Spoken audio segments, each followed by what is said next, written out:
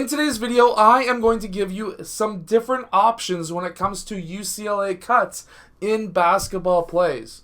In today's video, we're going to go over a few different Horns offenses. So if you want a really good playbook of Horns basketball plays, make sure to go check out my Horns basketball playbook that is down in the description below. Also, if you're a basketball coach, make sure to go check out the complete guide to coaching youth basketball, which is down in the description below too, because half of the proceeds from that book I am giving to local basketball players to be able to afford organized basketball. Now let's get down and let's check out these basketball plays. In this first play, we're going to have player 3 as well as player 2. They're going to be cutting up to the free throw line extended. At this time, player 1 is going to make the decision to either pass to player 3 or to pass to player 2. Whichever player he passes to, that is going to be then a back screen by player 5. This is the UCLA. If player 1 is open, make sure to hit him up with that pass. This is going to allow him to potentially get an open layup. If this is not open, what I would like to see is for player 3 to then head up towards the point. This will then be a pass over to player 3. Player 1 is then going to go over to this wing, and then we're going to have a pass again, either to player 2 or to player 1. However, I would prefer that pass to go to player 1 because he should be somewhat open.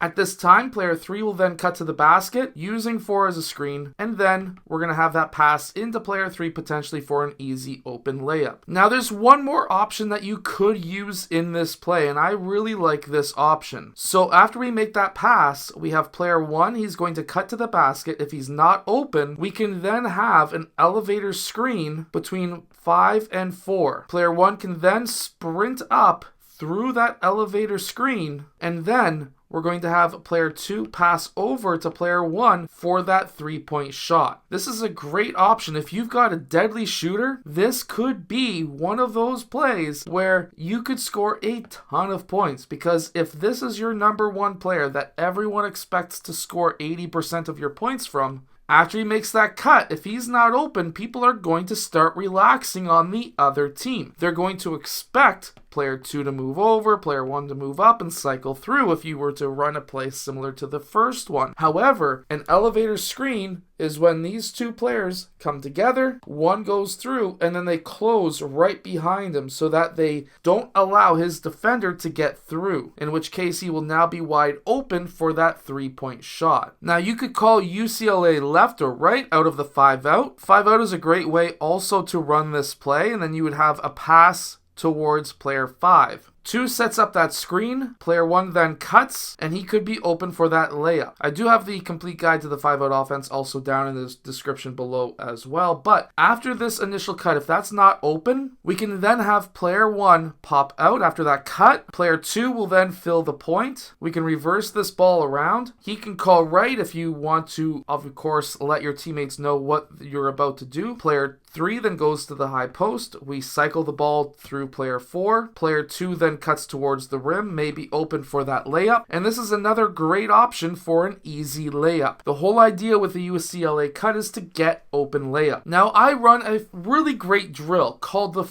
4. We call it 4. It's a 4-out play. Let's say we call it for player 5. We would then cycle through, have player 3 move down, player 1 dribbles over, and usually what happens here is we would then have player 1 pass to player 5, and both 1 and 2 cut to the basket, and these guys cycle up. Now, that's a great play in of itself, but what you could do instead is, instead of dribbling over to this left side, because we called player 5 from the left side, we can have the pass over to player 2, and then player 5 can set up that screen, and player 1 can cut. This gives a lot of options, because now, let's say we were to get that ball into player 1. By getting that ball into player 1, a lot of help defenses, so let's say, for example, player 4, he's potentially help. Even though you never generally want to help out on ball side from the corner, this would then be a kick out pass for the 3. If player 3 red comes and plays help, this would be a kick out pass to player 3 blue for an open three-point shot. Now, why is this one so much better than this one? Well, there's no other player on this side. Usually in help defense, the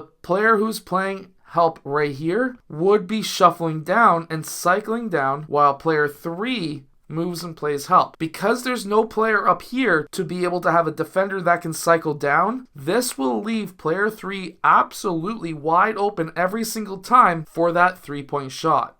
So make sure to go check out my complete guide to coaching youth basketball. That's down in the description below, because half of those proceeds are going to help a lot of youth basketball players in my area.